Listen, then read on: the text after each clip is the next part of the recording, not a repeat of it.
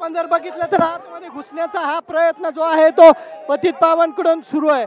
सध्या पतित पावनच्या कार्यकर्त्यांना पोलिसांकडून ताब्यात घेण्याचा प्रयत्न जो आहे तो सुरू आहे।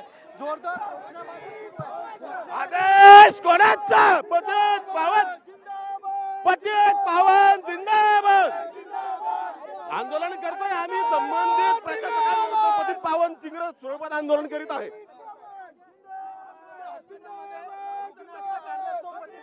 हा, इथे फक्त सर्व प्रशासनाचा निषेध करत आहे।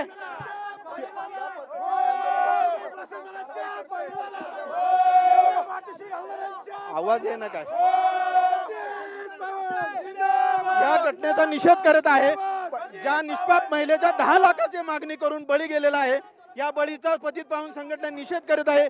येत्या काळामध्ये हॉस्पिटल वाल्यांनी पैशासाठी जर एखाद्याचा बळी गेला तर त्या बळीचा, त्या हॉस्पिटलचा पतित पावन संघटना तीव्र निषेध करेल। या गोष्टीची सगळ्यांनी नोंद घ्यावी।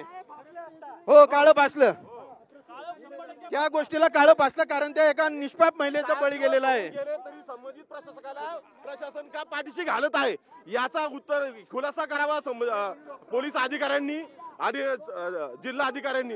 या विरोधात पतित पावन संघटना अतिशय